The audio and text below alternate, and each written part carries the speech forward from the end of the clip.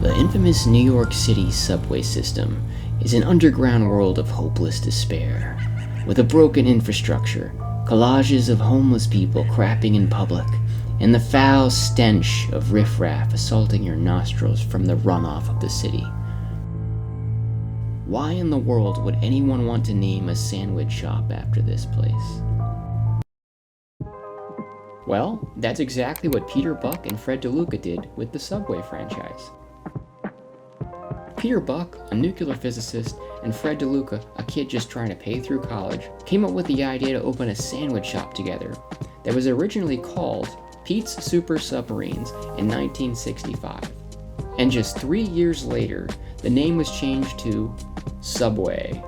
And in the 1970s, it expanded to become a global franchise. And not just that, but they were one of the fastest growing franchises in the USA, all the way up to 2010, when Subway became the largest fast food chain worldwide. Then, years later, in 2015, Fred DeLuca died, and his sister took over as CEO. Subway has been on a downward spiral ever since. 1 year later, in 2016, Subway closed hundreds of its locations. Then in 2017, it closed more than 800 chains. And in 2018, Subway announced they would close about 500 more stores that year.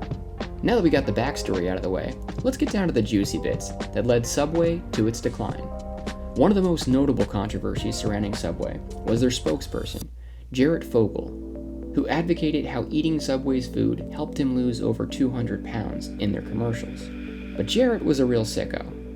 He got arrested and charged for possessing child pornography and eliciting inappropriate sexual conduct with a minor. He pled guilty in 2015 and was sentenced to more than 15 months in federal prison. Dark stuff. But there's plenty more dark stuff to come about Subway. Like in the 90s, there were multiple hepatitis A outbreaks due to contaminated Subway food. Just to be clear, this virus was transmitted through infected feces that somehow came into contact with Subway's food. More than 32 customers in 1999 were affected, and even more back in 1996. Subway poo-poo hands. Let's continue with Subway's tuna salad mystery. Subway was accused of their tuna salad not actually containing any tuna. And when 5 of their tuna salad subs were tested, the results came back showing absolutely no tuna DNA. So what was in this mysterious tuna salad? Subway continued to claim that their tuna salads did contain tuna, and that the testing used was inaccurate for detecting processed tuna. I know what you're thinking. Maybe processed was the key word here. But then in 2021, this lawsuit popped up again. And the samples found that Subway's so-called tuna salad contained traces of chicken, pork, and cattle DNA. I don't know what kind of sicko would order tuna salad at a Subway, but let's move on to the next one.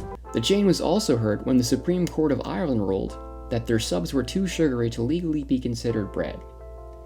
This is completely true, by the way, but the reasoning is a bit more technical. Subway was trying to avoid import taxes by classifying their bread as a staple food, which according to Ireland, bread is considered a staple food. However, when the Irish court ruled that Subway's bread flour contained 10% sugar, they ruled it as not a staple food in Ireland and required it to be taxed upon importation. What I don't get is why Subway just didn't use less sugar in their bread, at least in Ireland. Anyway, moving on.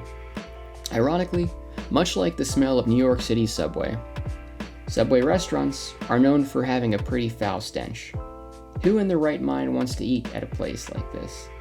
I've been there, no judgment if you have to. But there's something non-appetizing about walking into a smelly restaurant while a picture of a pedo hangs on the wall watching you eat your fake tuna salad sandwich on your fake Irish bread, with a complimentary side of hepatitis A. And for the record, I will not be taking the Subway. I'd rather walk. And yeah, that was a metaphor for eating at Subway. I don't want to eat at Subway. If you like this video, feel free to give it a like and subscribe to the channel for more interesting curiosities to add to your collection weekly.